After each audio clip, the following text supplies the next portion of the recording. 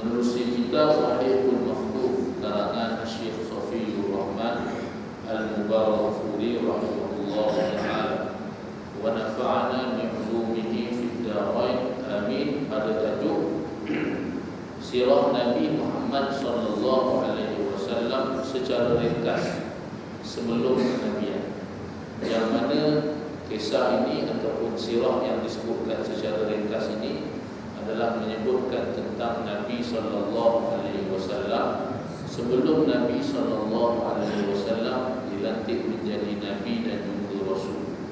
Dan sirah secara ringkas ini tuan-tuan, dia juga menyebutkan tentang anggapan orang-orang di Mekah ataupun orang-orang Quraisy di Mekah ini terhadap Nabi sallallahu alaihi wasallam sebelum Nabi sallallahu alaihi wasallam dilantik menjadi nabi dan juga rasul. Apa anggapan mereka terhadap Rasulullah sallallahu alaihi wasallam? Adapun sebelum ini secara panjang lebar kita telah membicarakan tuan-tuan semenjak Nabi sallallahu alaihi wasallam dilahirkan sehinggalah usia Nabi sallallahu alaihi wasallam hampir mencapai usia kenabian. Alhamdulillah, mudah-mudahan apa yang telah kita bicarakan itu semuanya memberikan manfaat di sisi Allah Subhanahu wa taala. Semasa peringkat kebesarannya, Nabi sallallahu alaihi wasallam telah memiliki keistimewaan yang tiada tolak bandingnya di kalangan manusia. Sallallahu alaihi wasallam, banyak keistimewaan baginda Rasulullah sallallahu alaihi wasallam. Baginda sallallahu alaihi wasallam adalah contoh terbaik orang yang memiliki fikiran yang bernas dan pandangan yang tepat. Baginda sallallahu alaihi wasallam dikurniakan sifat-sifat seperti pintar, tajam pandangan, tindakan dan matlamat yang tepat. Sallallahu alaihi wasallam.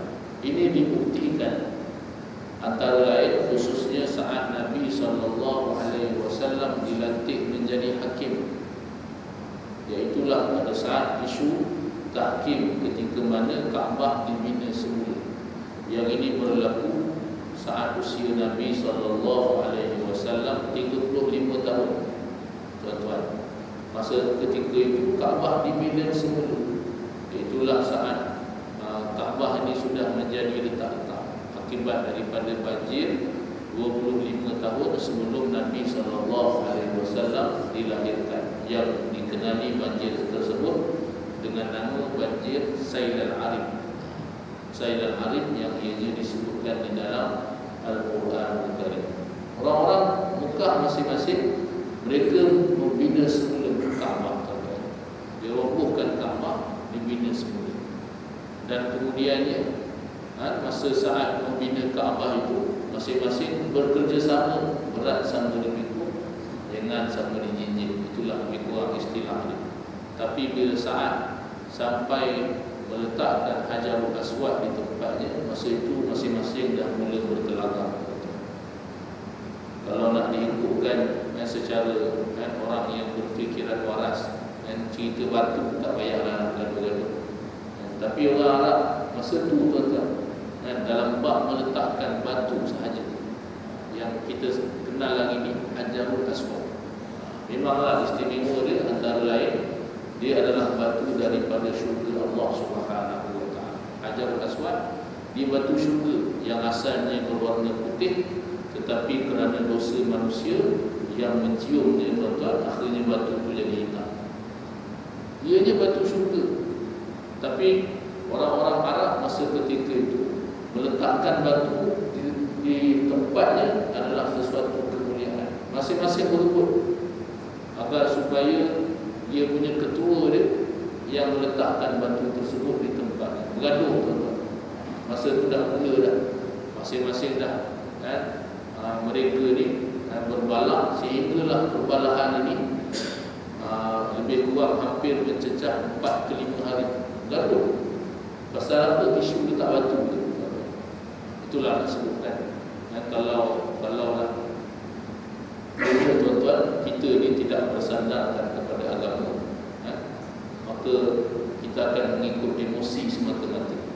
Dan mereka ni 4-5 hari dan hampir tercetusnya yang namanya peperangan. Dan orang Arab ni kalau dia perang, tuan-tuan ya Allah, kan, dia boleh gaduh sampai anak cucu, kan, 7 keturunan tak habis-habis bergaduh. Seperti halnya Aus dan juga Khazraj di bumi Madinah Al-Munawwarah, yang mana asalnya adik-beradik Aus Khazraj. Tapi kerana tuan-tuan, ianya satu pergaduhan yang tercetus, akhirnya anak-anak habis semua gaduh. Ratusan ribu yang mati, memang ramai mati. Kesnya cuma dikatakan kerana gaduh lumba unta. Kes rempit, tuan-tuan, rempit unta. Gaduh-gaduh, sudahnya yang dibunuh ni tak habis-habis. Kalau orang mereka bergaduh 7 keturunan pun susah nak habis. Jadi yang ini pun lebih kurang. Nak letakkan batu di tempatnya, cuma letak batu, isu dia. Mereka bergaduh 4 ke 5 hari masing-masing. Dan ada yang sudah meletakkan tangan di dalam bekas yang berisi darah, nak menunjukkan bahawa mereka sanggup mati dalam meletakkan Hajarul Aswad itu. Allahu Akbar. Kita kalau kita renung balik, apalah besarnya meletakkan batu je saja letak tempat. Tak payah nak gaduh-gaduh, benda kecil boleh bincang. Kemudiannya datang seorang yang bernama Abu Umamah bin Al-Mughirah. Saat sudah genting itu nak gaduh, datang Abu Umamah bin Al-Mughirah. Dia mencadangkan agar dilantik hakim. Dan hakim itu yang kita nak lantik ini adalah orang yang pertama masuk pintu Masjid Haram. Mereka pun bersedia dan mereka pun menantikan saat datangnya hakim itu. Orang yang dinantikan itu yang masuk pintu masjid, dan didapati orang yang pertama-tama masuk pintu masjid adalah baginda Rasulullah sallallahu alaihi wasallam. Tengok Nabi sallallahu alaihi wasallam. Masing-masing tuan-tuan disebutnya sesampainya Nabi sallallahu alaihi wasallam kepada mereka pun menjerit, inilah si jujur, inilah si jujur. Semua menjerit, tuan-tuan. Maknanya setuju dengan Rasulullah sallallahu alaihi wasallam untuk dilantik menjadi hakim.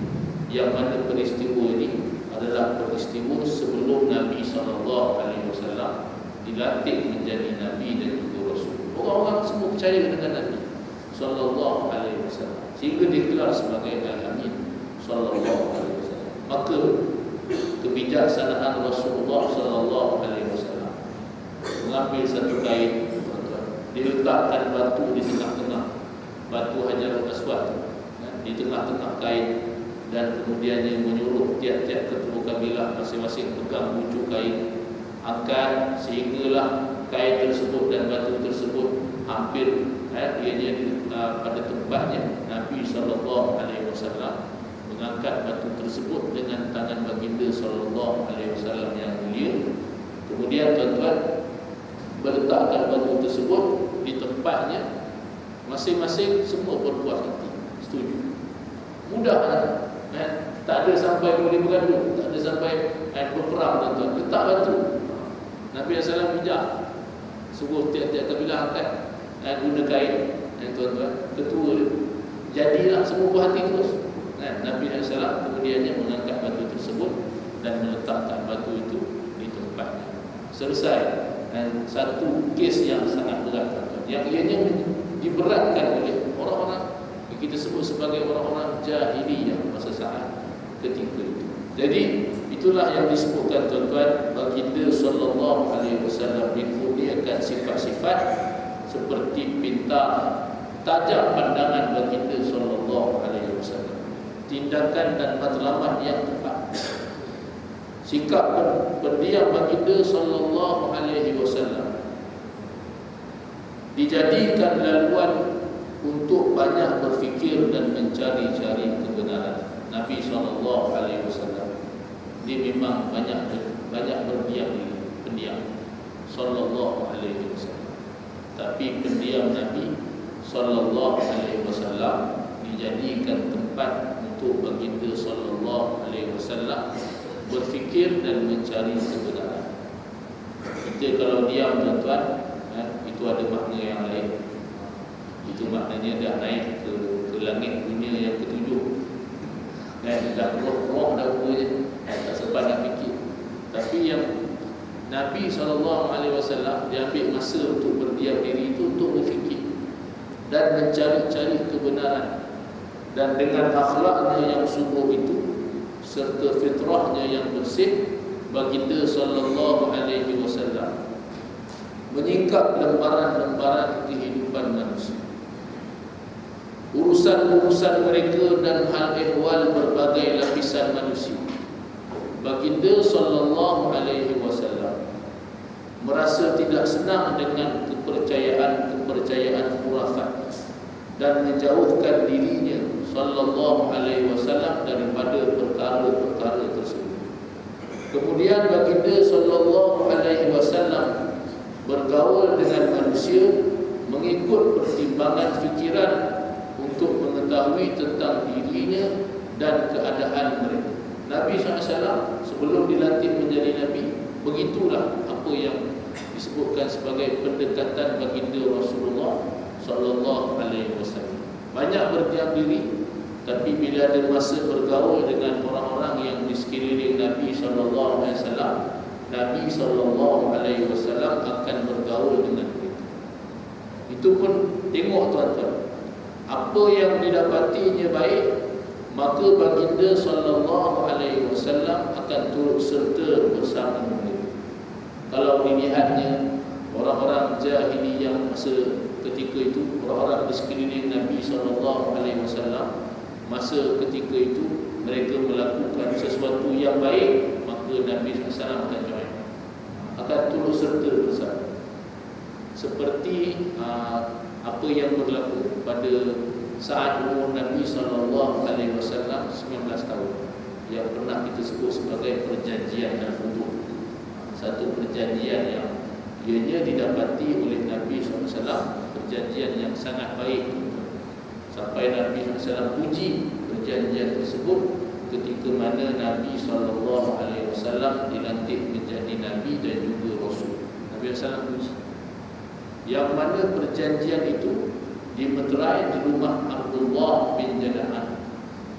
Masing-masing ketua-ketua semua hadir, termasuk Rasulullah sallallahu alaihi wasallam. Masa ketika itu remaja, tapi orang-orang anggap mulia. Mereka meterai satu perjanjian yang mana perjanjian ini adalah perjanjian yang menegakkan keadilan kepada siapa-siapa yang dizalimi, sama ada orang Mekah dan juga orang luar Mekah yang datang di Mekah. Kalau mereka dizalimi, pasti akan ditegakkan keadilan kepada mereka. Ini perjanjian yang baik. Rasulullah sallallahu alaihi wasallam turut serta di dalam perjanjian tersebut yang dikenali sebagai Hifdul Futuh. Saat ketika umur Nabi sallallahu alaihi wasallam 19 tahun. Perjanjian ini tuan-tuan disebutkan dalam mafhum hadis Nabi sallallahu alaihi wasallam, lebih aku sukai perjanjian itu daripada memiliki unta yang merah. Dan kalaulah aku dijemput ketika Islam datang, dijemput untuk menghadiri perjanjian-perjanjian seperti itu, maka nescaya aku akan hadirinya. Apa yang disabdakan dalam mafhum hadis Nabi sallallahu alaihi wasallam. Ianya berlaku semasa jahiliyah, tuan-tuan. Bukan semasa Nabi SAW sudah menjadi Nabi dan Rasul. Semasa jahiliyah dah ada dah. Maknanya orang-orang tunjukkan orang-orang yang mereka nakkan kepada kebaikan, nak menegakkan keadilan, dah ada dah daripada kalangan orang-orang jahiliyah masa ketika itu. Maka Nabi SAW turut serta bersama mereka. Kalau didapatinya sekelilingnya ada yang baik, Nabi SAW akan join. Kalau tidak, tak ada yang baik, maka baginda SAW akan kembali bersendirian. Baginda SAW tidak pernah minum arak, tak pernah minum arak, dan tidak makan sembelihan berhala, tak pernah makan berhala dan sembelihan korban-korban yang disembelih atas nama berhala, tidak makan. Baginda SAW tidak pernah datang untuk menyertai perayaan atau keramaian di tempat-tempat berhala. Malah sejak kecil lagi baginda sallallahu alaihi wasallam merasa jengkel dengan sembahan-sembahan yang palsu ini, sehingga kan tidak ada sesuatu yang paling dibencinya Nabi sallallahu alaihi wasallam melainkan berhala-berhala itu. Baginda sallallahu alaihi wasallam tidak tahan mendengar orang-orang bersumpah dengan menyebut nama Al-Lata dan Uzza. Orang-orang Mekah masa ketika ini, mereka suka kalau nak sumpah akan sebut nama Lata dan Uzza. Dan Nabi sallallahu alaihi wasallam tidak ada yang paling dibencinya melainkan nama itu, nama Lata dan Uzza. Yang ini ialah satu berhala yang besar, berhala-berhala yang besar yang disembah oleh orang-orang musyrikin Mekah masa saat ketika itu. Nabi SAW paling benci dengan, sampai disebutkan tuan-tuan, pernahlah Nabi SAW saat bertemu dengan Buhairah. Buhairah ni dia seorang pendeta, ahli kitab. Masa dia nak tanya, nak interview Rasulullah SAW, Buhairah ni dia kata, demi Lata dan Uzza saja nak test. Buhairah ni dia ahli kitab, jadi dia tahu orang-orang Quraisy Mekah suka sumpah dengan Lata dan Uzza. Maka Buhairah pun nak bercakap dengan Nabi SAW, nak interview Rasulullah SAW. Dia cubalah menggunakan perkataan yang disukai oleh orang-orang Quraisy, demi Lata dan Uzza. Nabi SAW ketika itu baru berusia 12 tahun sallallahu alaihi wasallam. Apa yang Nabi SAW jawab? Tidak ada nama yang paling aku benci melainkan nama itu. Umur 12 tahun itu Nabi jawab kepada seorang pendeta yang ianya pendeta yang dikagumi. Tidak ada nama yang paling aku benci melainkan nama itu. Tak nak jawab, tak nak jawab apa-apa soalan. Barulah Buhairah disebut demi Allah. Tadi itu saja nak test, sebab orang Quraisy dia memang suka bersumpah dengan nama Lata dan Uzza. Jadi barulah Buhairah sebut demi Allah, sudikah kamu menjawab sebarang pertanyaan? Barulah Nabi SAW sebutkan, silakan, ada apa-apa soalan akan dijawab oleh baginda Rasulullah sallallahu alaihi wasallam. Nabi sallallahu alaihi wasallam tidak pernah sekali tuan-tuan menyembah berhala. Tak pernah sekali. Jangan kata nak sembah dengan nama pun tak sebut. Kata apa lagi? Apatah lagi nak menyembah berhala, nama Lata dan Uzza pun tak sebut. Makan sembelihan yang disembelih atas nama berhala pun Nabi sallallahu alaihi wasallam tak sebut. Itu disebutkan sirah Nabi SAW daripada kecil sampailah dilantik menjadi Nabi. Tidak syak lagi bahawa takdir Allah Subhanahu wa taala ditentukan bahawa baginda sallallahu alaihi wasallam senantiasa dipelihara Allah Subhanahu wa taala. Apabila bangkit rasa kehendak nafsunya untuk bersama-sama mengecapi keseronokan dunia dan keinginan untuk mengikut adat resam yang tidak baik, maka sepantas itulah juga datangnya pemeliharaan daripada Allah Subhanahu wa taala untuk menghalang baginda sallallahu alaihi wasallam daripada terjebak di dalam perkara tersebut. Yang inilah yang dikenali sebagai maksud. Kalau adalah sikit-sikit Nabi SAW nak join perkara-perkara yang disebutkan dan kehendak nafsunya untuk mengecapi keseronokan, maka pada saat ketika itu Allah SWT akan datang berikan perlindungan. Allah SWT akan mendatangkan perlindungan. Ini disebutkan sebagai perlindungan daripada Allah Subhanahu wa taala. Kita kenali sebagai maksud. Nabi-nabi ini dia maksud. Maksud ni dengan erti kata dipelihara daripada dosa, sama ada dosa kecil ataupun dosa besar. Nabi SAW dipelihara daripada dosa, termasuk nabi-nabi yang lain. Disebutkan dalam satu riwayat, Ibnu Al-Athir meriwayatkan, Rasulullah SAW bersabda, aku tidak pernah berkeinginan kepada sesuatu yang dilakukan oleh orang jahiliyah kecuali 2 kali. Nabi SAW sebut, aku tidak pernah berkeinginan kepada sesuatu yang dilakukan oleh orang jahiliyah kecuali 2 kali. Semuanya itu dihalang oleh Allah Subhanahu wa ta'ala. Antaraku dan keinginanku itu, setelah itu aku tidak lagi berkeinginan kepadanya, sehinggalah Allah Subhanahu wa ta'ala memuliakan aku dengan melantik menjadi sebagai seorang rasul. Pernah 2 kali kan dalam perjalanan hidup baginda Nabi sallallahu alaihi wasallam. Kita tak terkira lah tuan-tuan, tak terkira lah. Allah alam lah masing-masing. Kalau saya tak terkira lah tuan-tuan, maknanya dalam hidup ni sampai sekarang lah, bukan maknanya sampai tua baru sekarang tak terkira lah tuan-tuan. Kalau nak ikutkan sesuatu yang disebutkan perkara-perkara yang kita buat, yang mungkin disebutkan sebagai adat ataupun perkara-perkara yang tidak baik, mungkin banyak lah. Mungkin kerana antaranya bukan, kita ni bukan maksud. Itu jawapan yang paling selamat lah. Jadi Nabi SAW pernah dalam hidupnya tuan-tuan 2 kali, tapi bukan maksiat pun.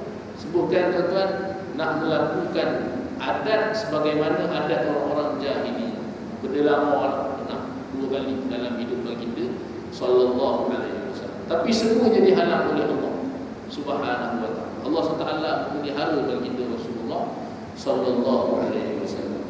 Sebutkan tuan-tuan, pada suatu malam, kisahnya, aku berkata kepada seorang budak yang bersama-sama bergembala kambing denganku di tempat yang tinggi di Mekah.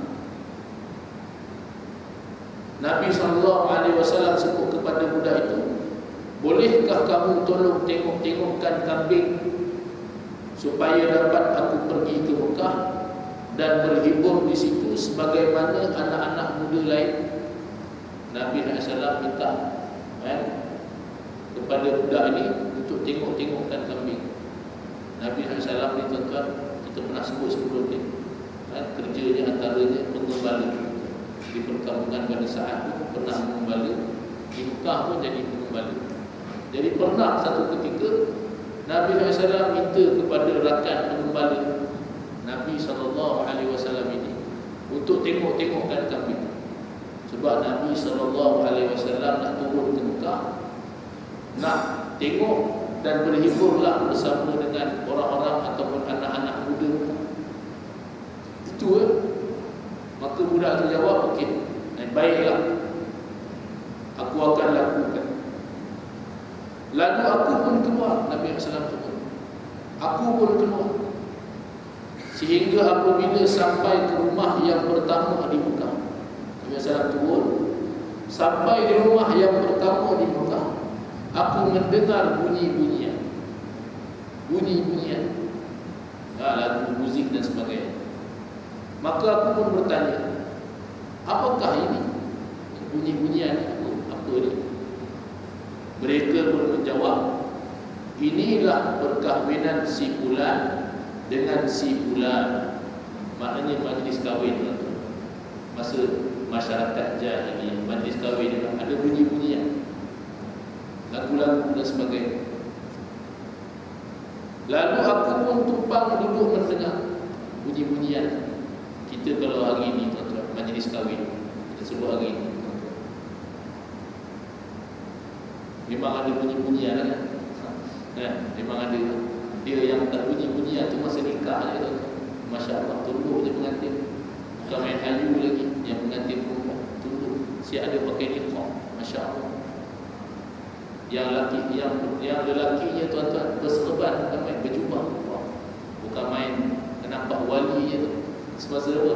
Semasa nak kahwin di masjid. Dan habis je tuan-tuan majlis. Besok punya majlis yang keramaian ada karaoke siap tuan-tuan. Kan? Siap karaoke lagi. Nanti tu joget sama Allah. Masa kahwin, masa nikah tu depan tu imam bukan main lagi tuan-tuan. Itu nak sebutkan tuan-tuan majlis perkahwinan masyarakat kita pada hari ini. Kalau ada lah yang lawa-lawa tu tuan-tuan, itulah adalah serpihan-serpihan baki-baki yang kita sebut sebagai jahiliyah tu. Dan memang ada tuan-tuan lagi majlis kahwin. Tu sebut tuan, itu yang disebutkan tuan-tuan separuh-separuh habis. Dalam munakahat tuan-tuan masa nikah aja masya-Allah dan mengikut Islam. Tapi bila majlis keramaian dia, majlis walimah dia tu, majlis jemputan-jemputan ni tuan-tuan dah mula macam-macam. Ada karaoke, ada joget-joget tuan-tuan, macam-macam. Ada lagi saki-baki jahiliyah tuan-tuan yang diwarisi. Kita tuan-tuan pernah nikah kan, tak sempat tunggu majlis esok. Habis nikah tu je, terus DJ tu dia pasang lagu macam-macam lah. Tok Imam tak balik lagi. Kan? Tok Imam ada. Masa Tok Imam nikahkan tadi semuanya masya-Allah khusyuk. Ibarat masing-masing pegang tasbih. Wali Allah belaka. Habis dia tuan-tuan, Tok Imam menikahkan. Dan alhamdulillah terima kasih kepada Tok Imam yang telah berjaya menikahkan, dan tahniah kepada pengantin kerana telah berjaya dengan satu lafaz. Masya-Allah, macam dapat pinggan emas. Satu lafaz tu dan sesuatu yang sangat berharga bagi pengantin. Seminggu dia hafal tuan-tuan, aku terima nikah. Seminggu dia hafal. Untuk apa? Untuk pastikan dapat satu lafaz. Habis dia tuan-tuan terus lagu, ya Allah, bingit telinga. Kan kita nak sembang pun susah. Sebab apa? Lagu kuat sangat tuan-tuan. Ada yang lebih hebat tu tuan-tuan, kan? Dia gabung lagu. Selawat ada, ni ada.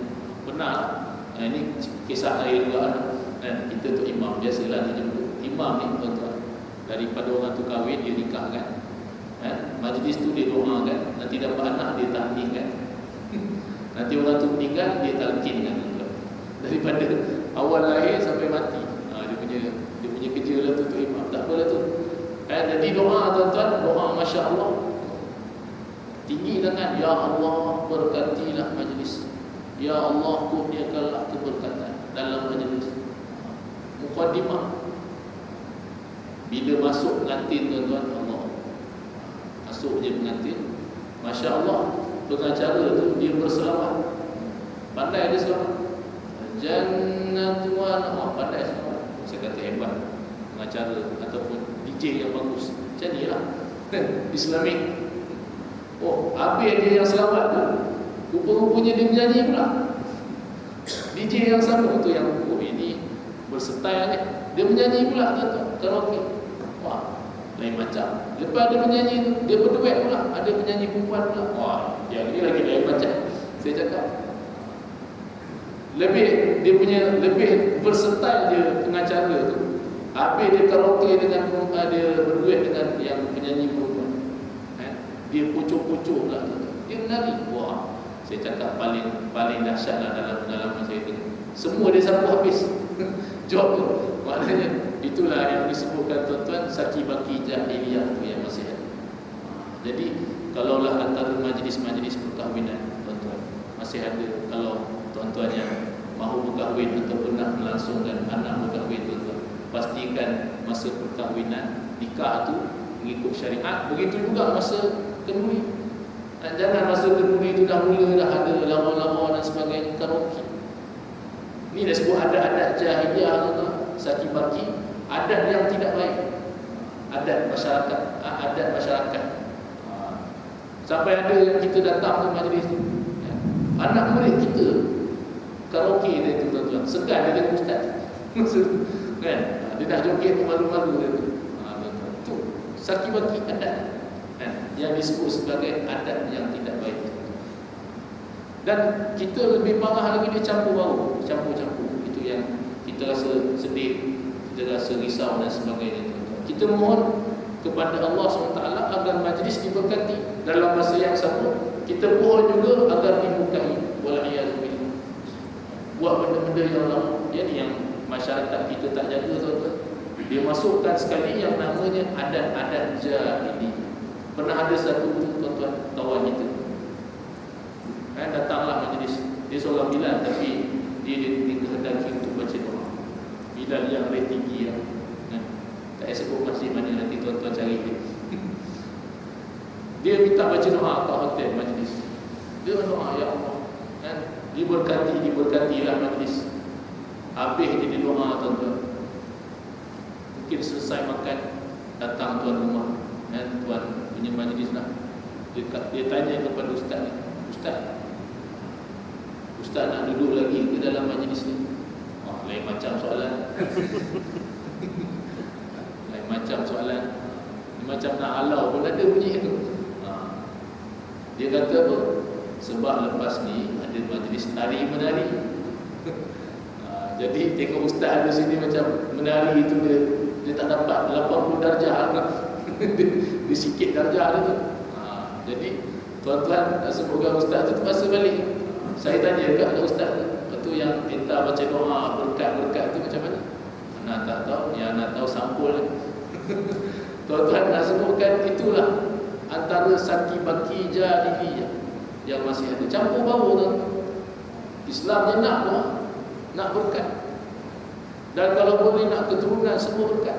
Tapi dalam masa yang sama melakukan perkara yang dimurkai Allah Subhanahu. Jadi ingat tuan-tuan, kalau ada yang disebut macam ni, lama-lama tari menari, karaoke sebagainya, itu sebenarnya adat-adat jahili yang patut dijauhi. Jadi Rasulullah SAW turun, cuma nak duduk, nak tengok majlis ni, majlis kenduri, kahwin-kahwin si bulan dengan si bulan. Lalu aku pun tumpang duduk mendengar. Duduk dengar je. Tak adalah Nabi SAW join sekali, tak ada. Duduk dengar dia, tuan-tuan. Sallallahu alaihi wasallam. Tahu-tahu dengar je pun, tuan-tuan, disebutkan tiba-tiba Allah Subhanahu wa taala menutup pendengaran sehingga membuatkan aku tertidur. Sallallahu alaihi wasallam. Terus datang pemeliharaan daripada Allah Subhanahu wa taala. Itu tahu dengar tu. Apatah lagi tersebut, bagaimanakah kalau kita sampai ada yang join? Tu anak yang sebuah anak murid tadi tu, join sekali karaoke, join sekali joget dan sebagainya. Wal'iyadzubillah. Memang parah juga. Sebab tu tuan-tuan, kita kadang-kadang imam-imam ni wakil suara imam, bukan tak nak hadir majlis-majlis ni, bukan tak nak. Kadang-kadang beratnya bila mana duduk dalam majlis macam itu. Mula-mula kita doa, kita mengharapkan rahmat, redha dan sebagainya. Tuan-tuan, doa. Dan kemudiannya tuan-tuan, disusuli dengan yang tak baik tu, yang kita sedih, adanya majlis tari menari. Ustaz ada ni. Ada. Baru-baru ni saya majlis Aidilfitri baru ni, tuan-tuan. Sama juga kita baca doa nak minta ustaz hadir.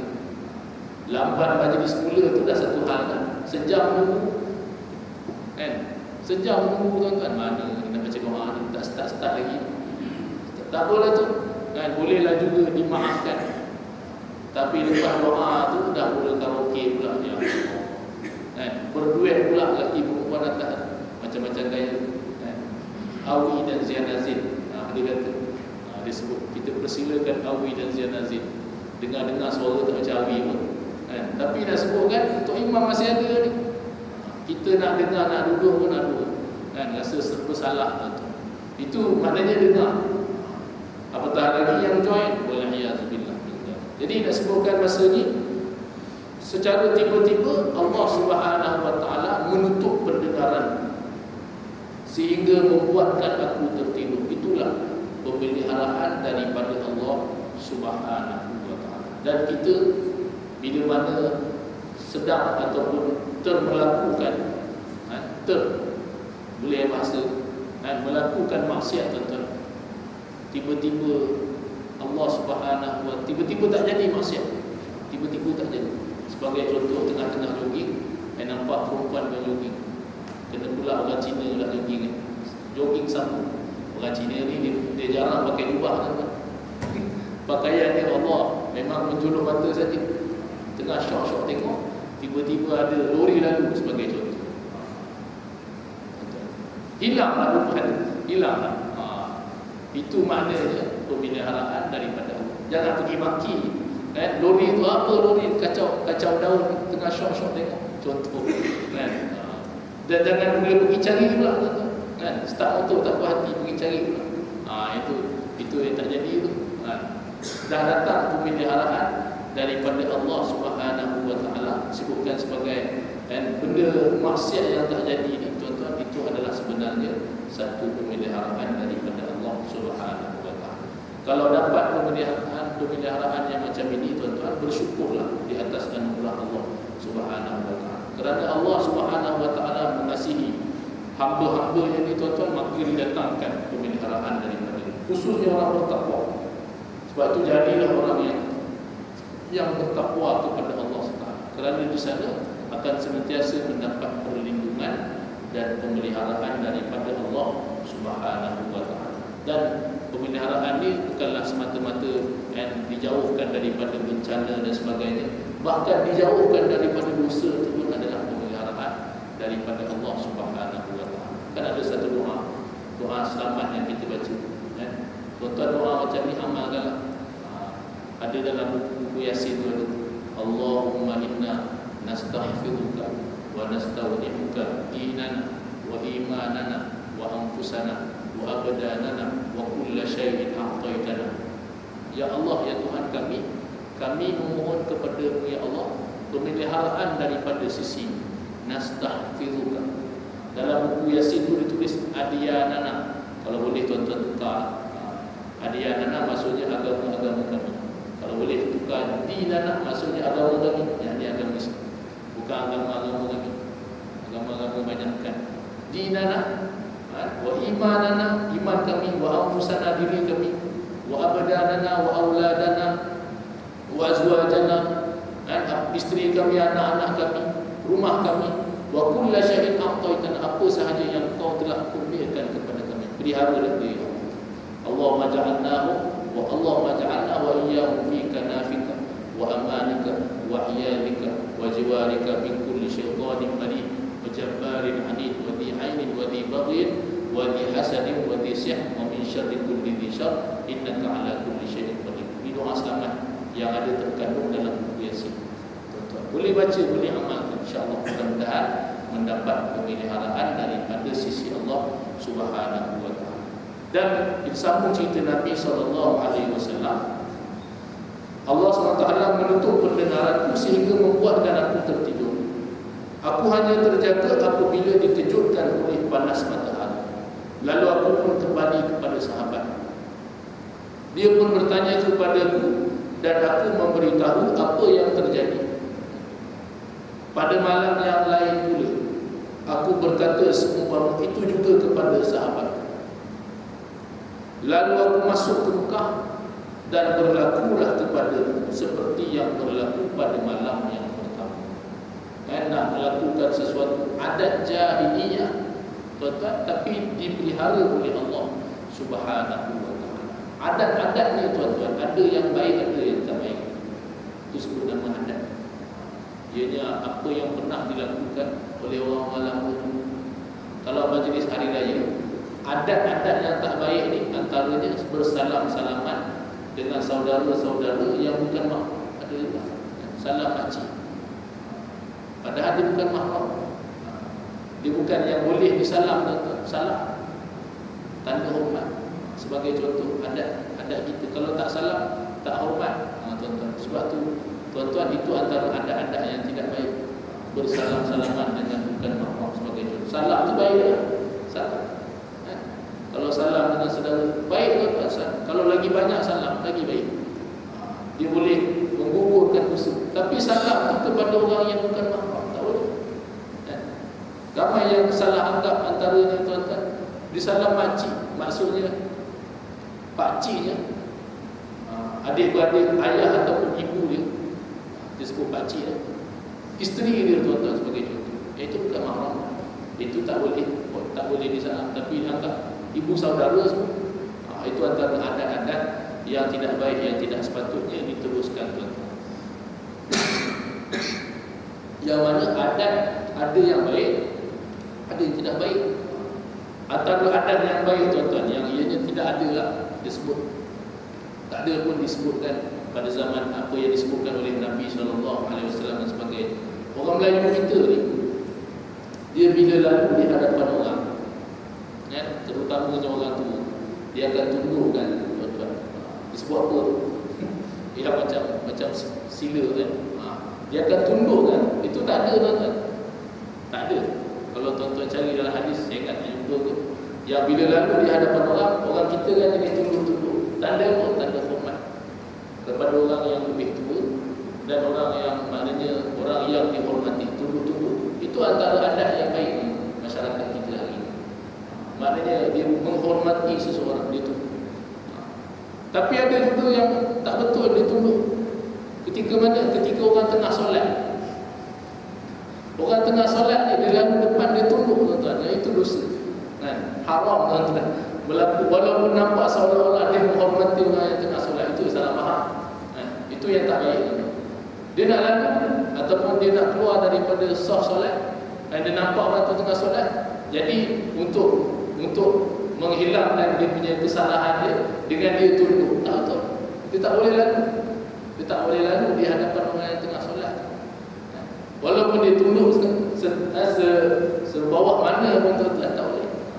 Kalau orang tengah lalu, orang tengah duduk biasa, dia lalu, itu tanda hormat. Itu antara adat yang baik, tuan-tuan. Jadi muslimin juga muslimat yang dirahmati Allah SWT sekalian, walaupun ianya tidak disebutkan di dalam Islam, tapi hormat cara orang Melayu itu. Antaranya adat tak lalu belakang. Ini ada antara adat-adat lalu belakang tadi. Lalu belakang orang tu, lalu belakang tadi. Maknanya itu antara adab-adab dan juga adat orang Melayu yang dikira sebagai adat yang baik, tuan-tuan, yang insya-Allah mudah-mudahan boleh diteruskan. Tapi adat yang tidak baik jangan diteruskan. Majlis tari menari dalam kenduri dan sebagainya. Kalau yang dulu-dulu, kalau tak silap ya, tuan-tuan, antara yang dikisahkan oleh ayahanda saya, yang mana ibunya meninggal masa dia kecil. Orang dulu orang kampung dia kata kalau dah anak ni, budak kecil ni, ibunya ataupun ayah dia meninggal masa dia kecil, tuan-tuan, masa dia maknanya kecil lagi, untuk menghilangkan ingatan si anak terhadap ibunya yang dah meninggal ni, dia kena lalu bawah keranda. Tuan-tuan pernah dengar? Saya pun baru dengar. Dia kena lalu bawah keranda mayat yang baru meninggal ni, tuan-tuan. Nanti dia akan, maknanya dia akan maknanya melupakan si ibu dan juga ayah dia yang telah meninggal. Ini antara adat yang pelik, tuan-tuan. Antara adat yang kita kata ganjil, tuan-tuan, tapi ianya berlaku di kampung-kampung. Ada yang diguna pakai. Antaranya yang kita guna pakai sampai hari ini, iaitulah baca Fatihah 3 kali. Fatihah, bergegar keranda tu, kan? Bergegar keranda tu. Habis banyak dalam nak sebutkan, tuan-tuan, itu antara yang kita sebut sebagai adat-adat yang dikategorikan sebagai yang 3 kali itu tak apalah. Tapi yang bawah, yang lalu bawah keranda, itu sesuatu yang sangat-sangat ganjil, tuan-tuan, yang mungkin ianya boleh, kalau takut ianya menjadi sesuatu bid'ah yang tidak baik. Wal-iyazubillah min dzalik. Jadi muslimin dan juga muslimat yang dirahmati Allah Subhanahu wa taala sekalian, sambung kisah Nabi SAW kembali. Pada malam yang lain pula aku berkata seumpama itu juga kepada sahabatku. Lalu aku masuk ke Mekah dan berlakulah kepadaku seperti yang berlaku pada malam yang pertama. 2 kali, tuan-tuan. Nabi SAW dalam perjalanan hidupnya nak melakukan sesuatu yang disebutkan adat jahiliyah, tetapi kedua-duanya dihalang oleh Allah Subhanahu wa taala. Setelah itu aku tidak langsung berkeinginan terhadap perkara yang sallallahu alaihi wasallam. Al-Bukhari meriwayatkan daripada Jabir bin Abdullah, katanya apabila Kaabah dimiliki, Nabi sallallahu alaihi wasallam dan Al-Abbas pergi dan turut sama mengangkut batu-batu. Abbas berkata kepada Nabi SAW. Al-Abbas ni pakcik Nabi SAW. Al-Abbas bin Abdul Muttalib, anaknya yang dikenali sebagai Ibnu Abbas radhiyallahu anhu. Al-Abbas berkata kepada Nabi SAW, sangkutkan kain sarungmu di leher agar tidak tercemar oleh batu-batu itu di masa nak bina Kaabah. Pakcik disuruh sangkutkan kain itu dekat leher. Setelah melakukan demikian, tiba-tiba baginda SAW rebah di muka bumi, rebah, sambil matanya tertumpu ke langit, tuan-tuan. Setelah itu baginda SAW sedar seraya berkata, kain sarungku, kain sarungku. Lalu diikatlah kain sarung baginda SAW. Dalam riwayat yang lain menyebutkan, setelah itu tidak pernah orang melihat aurat baginda SAW. Yang ini disebutkan pemeliharaan daripada Allah Subhanahu wa taala. Nabi SAW mempunyai keistimewaan di kalangan kaum dengan ciri-ciri yang baik, akhlak yang mulia dan sikap yang pemurah. Baginda SAW ialah orang terhormat di kalangan kaumnya, paling baik akhlaknya dan paling berdamping dengan mereka serta paling penyabar. Baginda SAW juga orang yang paling benar tutur katanya, paling berlemah lembut, paling pemaaf dan dermawan, paling baik amalannya, paling menunaikan janji dan paling aman, sehingga kan kaumnya menggelarnya dengan gelaran Al-Amin sallallahu alaihi wasallam, yang bermaksud amanah dan jujur. Juga boleh dimaksudkan, tuan-tuan, semua yang paling kita sebut tadi.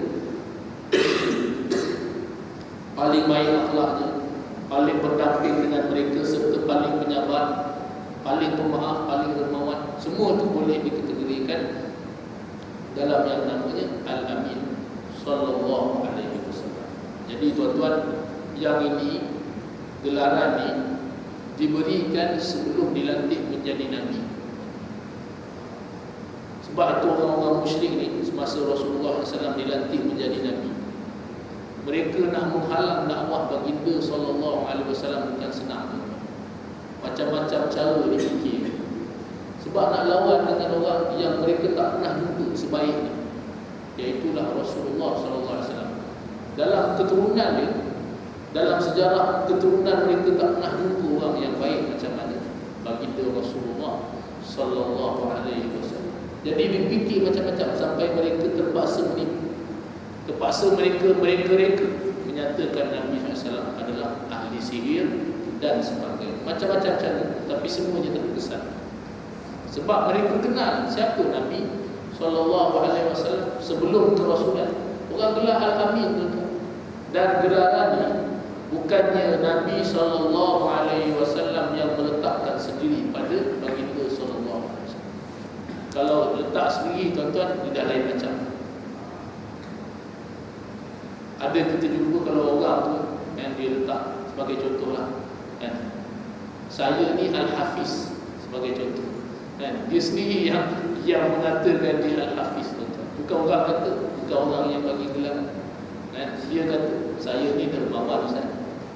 Dia sendiri mengatakan yang dia dermawan. Saya ni orang baik sebagai contoh. Dia sendiri yang kata dia baik. Yang itu belum tentu lagi, tuan-tuan. Ini angkat bakul, orang sebutkan istilahnya angkat bakul sendiri, tuan-tuan. Belum tentu lagi baik, belum tentu lagi dia Al-Hafiz, tuan-tuan. Itu mungkin Al-Habis, Al-Hafuz mungkin juga.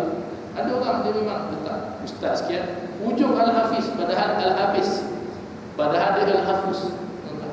Dia orang yang macam minah dia iktiraf bila mana orang yang bagi gelar, terutamanya orang pada ahlinya, kan? Orang yang hafal Quran mengatakan ini memang Al-Hafiz. InsyaAllah itu betul. Seorang doktor, dia boleh mengiktiraf doktor yang lain, bukan orang ramai. Tapi kalau orang ramai kata dia adalah orang yang baik, InsyaAllah itu yang orang baik. Tapi kalau orang yang mengaku, tuan-tuan, itu ada masalah. Dan memang masyarakat ahli ini memang ada, sampai ada sanggup menipu. Ada yang bukan profesor, tapi dia letak diri dia profesor. Dia bukan doktor, dia letak doktor supaya orang angkat, orang nampak dia macam mana. Memang ada masyarakat hari nak cerita panjang, memang ada. Yang tidak Al-Hafiz, dia letak Al-Hafiz supaya cantik sikit nama. Kan? Cantik Al-Hafiz. Ada pula situ tu. Ustaz pun macam tu juga, ustaz di depan. Ustaz. Walaupun bukan ustaz, baru nak start, tapi dia letak tu tuan-tuan supaya orang angkat diri ni. Ini maknanya mengaku sendiri. Jadi lain. Orang tengok pun lain macam. Tapi ini orang yang letak, orang yang bagi semua kenal siapa dia baginda Rasulullah sallallahu alaihi wasallam.